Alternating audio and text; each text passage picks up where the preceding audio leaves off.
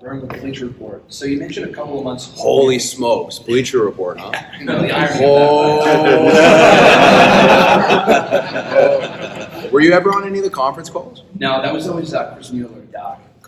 Those guys are as sweet as can be, but there's some funny moments. Oh, I know. Oh man, I'm sorry, I got it. No worries. Oh man. You mentioned one of your final promos on AEW Dynamite a couple of months ago.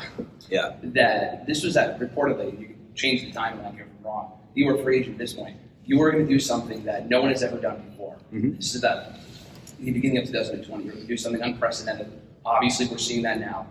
Worth noting, as we all know in this room, that you're one of the first people to jump ship, the first major star, one of the first only people to jump ship from AEW to WWE. You talked earlier about how this is about, this is a journey for you. Do you feel that pressure of knowing that if this goes well, obviously it's all about the aftermath, this could open the doors for other people to kind of switch sides? Because in the last 3 years, it's only been kind of a one-way thing. Yeah. Everyone talks about the forbidden door, and I mentioned that in that interview.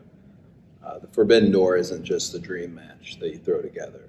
Forbidden door is literally having the balls to make a hard decision, make those moves, and go back and forth. But the forbidden door, it's not locked.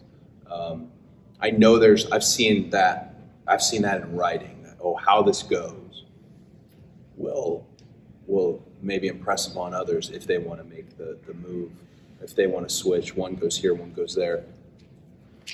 That's the best thing ever. It's healthy, right? You guys are all here covering wrestling. Is everyone here a wrestling fan? Or sports entertainment? Mm-hmm. Whatever you're covering this. Isn't it nice that you can go to all these different places? And isn't that nice? Doesn't that feel good? And it's not the world is not so small that you don't know.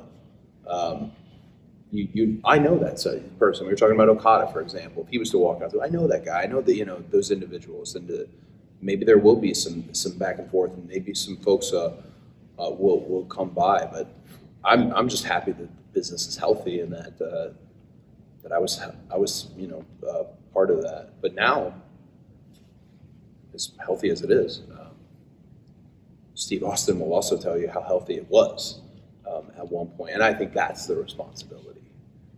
And I think that's why I never want to begrudge somebody who goes and does a movie or does a pilot or does something, because they're doing it for something for themselves as well. But that doesn't hurt what we do. It brings more people to the table. That's what you want. That's old school promoter. Hey, you went to the show last week. You had a great time. You told 2 of his buddies. There's 3 people who came. It's still the same style of promotion in wrestling. Get as many people to come. And if they find someone they love, then they follow their journey. So that's the real responsibility. As far as last night was great, but it was a freebie. It really was. I'm very glad that I think the match was strong, but it was a freebie. And the responsibility really is on to what do we do next? Because this is crazy in terms of the legacy that's been laid out, what's happened, and now what? It needs to be just as big. And that's definitely a tall order, but I look forward to that. You want to play in the Super Bowl, you want to win the big games and win the big one. So yeah, it's good responsibility. It's good pressure. And thank you, by the way, Bleacher Report. Thank you guys, because we're very good to me at AEW. Thank you. I'm sorry if we yelled at you. Thank you guys. Hi, Lisa from Sport Bible. A lot has changed since you left the WWE. A lot of new talent has come through. Yeah, Baron Corbin was mad, sad, happy. Through a lot of stuff. Anyone that you kept an eye on while you were away, and now that you're back, you're keen to wrestle with? Well, I kept an eye on everybody. Because you got to remember, we came up, there's guys that I came up with. Like Miz. I was so proud of him last night because I was on a bus with a group of people kind of poking fun at Miz. Oh, he can't. I hate when people say he can't work. Well, what is working? Because if working is getting this crowd going nuts and then giving them a surprise at the end, he definitely can. And at the highest level, I'm so proud of him. To see Kofi, all his kids, honestly, to see Beth and to be able to share photos of our children. I tried to keep in touch with everybody. I did. So it didn't feel like I had been away. It was really jarring when I walked into Gorilla because I never went through Gorilla to go out. I went to the little Cody Vader thing, so I never saw anyone. So then I went to Gorilla and it was just, oh my gosh, I already know all these people. And you're wearing that Brody shirt. It's a great example. Everybody in the business came together over what happened with Brody. So this was a good time to see some people. I kept in touch with everybody. The one that I was a little shocked, I was told that Randy is like a family man now and doesn't get in trouble, and I won't have it. Because the very first time I met Randy, the very first time I saw Randy, we were in Cape Town, South Africa at the TV hotel, or whatever, that tour, really nice hotel. I walked by the men's bathroom, and he had his hands around the urinal, and he goes, "Hey, Code, look at this." And he yanked the entire urinal out of the wall.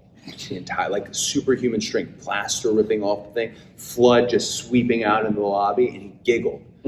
And I thought, I don't know if I got what it takes to be a wrestler. I don't know. I had this big talent meeting the next day. Hey, there were security cameras, guys. We want to know who did it. He walked up in front of everybody, said, "Hey, I want to know who did it." And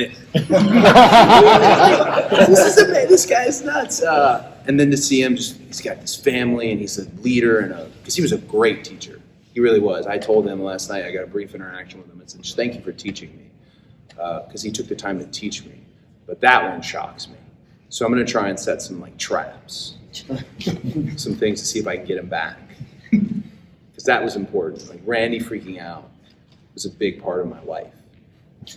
Ice cream. He had to have ice cream. If he didn't have ice cream, he'd tell him, "I'm going to go in the kitchen and make my own ice cream." It was just, I need him there, and I don't think I'm going to get him there, but I'm going to try. I'm going to try and stir him up as much as possible. I think I'm going to start today and tell him such and such said this about you. I think we should see what I can do. But I was shocked that I'm very happy that he's the man he's become, and to be able to lead people, because he was so good to me.